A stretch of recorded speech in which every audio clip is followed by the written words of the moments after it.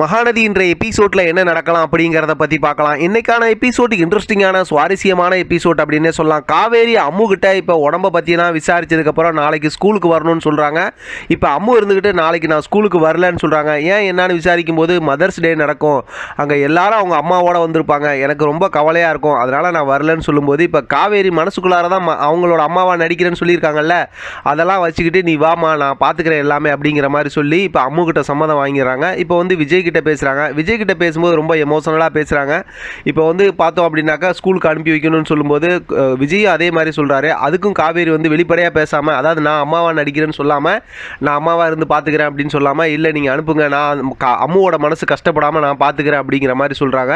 அதோட பார்த்தோம் அப்படின்னாக்கா குழந்தைய தத்து கொடுக்கணும் அப்படிங்கிற மாதிரி நான் கேட்டது தப்பு தான், சாரி அப்படிங்கிற மாதிரி சாரியும் சொல்லிக்கிறாங்க. ஆனால் விஜய் வந்து இந்த டைமில் நீங்கள் எப்போவுமே அம்மு கூட இருக்கிறதுக்கு ஒரு வழி இருக்குது, நீங்கள் நம்ம ரெண்டு பேரும் கல்யாணம் பண்ணிக்கிட்டா அம்மு உங்கள் கூடயே இருப்பாங்க அப்படின்னு சொல்லும்போது மறுபடியும் காவேரி வந்து ரொம்ப கோவப்பட்டு விஜய் திட்டி விட்டுறாங்க.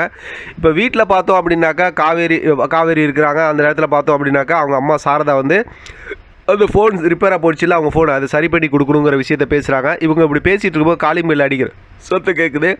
யார் என்னன்னு பார்த்தா வாசலில் விஜய் நிற்கிறாரு. ஆனால் சிரிச்சுக்கிட்டு ஜாலியாக தான் நிற்கிறாரு. இப்போ காவேரி வந்து நம்ம அவ்வளோ திட்டி விட்டு இந்த மாதிரி வராருன்னு சொல்லிட்டு பார்த்தா சாரதா கிட்ட வந்து பேசுகிறாங்க.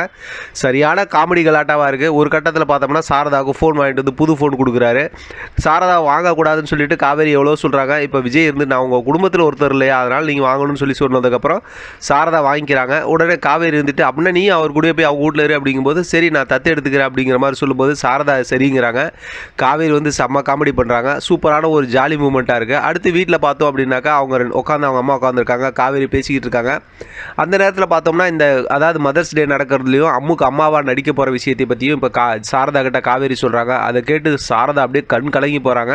அதுக்கப்புறம் இந்த சந்தோஷமான விஷயத்த சாரதா வந்து கங்கா யமுனா கிட்டலாம் ஃபோனில் பேசிடுறாங்க. அவங்கெல்லாம் வந்து நம்ம நினச்ச மாதிரியே எல்லாம் நடக்குது, என்ன விஜய் தான் இன்னும் காவேரி புரிஞ்சிக்கல அப்படிங்கிற மாதிரி சொல்கிறாங்க. இருந்தாலும் சீக்கிரமே இந்த நல்ல விஷயம் நடக்கும்னு சொன்னதுக்கப்புறம் அடுத்து காவேரி வந்து சாரதா கிட்ட என்ன ஃபோனெல்லாம் வச்சு புது ஃபோன் வச்சு நோண்டிட்டு இருக்கே அப்படிங்கிற மாதிரி கேட்கும்போது சும்மா ஜாலியாக பேசிட்டு நாளைக்கு நடக்கிற ப்ரோக்ராம் பார்க்கறதுக்கு என்ன நீங்கள் கூட்டிகிட்டு போகணும்னு சொல்லும்போது காவேரி அப்படி இப்படி சொல்லி ஜாலி பண்ணி அதுக்கப்புறம் சரின்னு சம்மதம் வாங்கிடுறாங்க.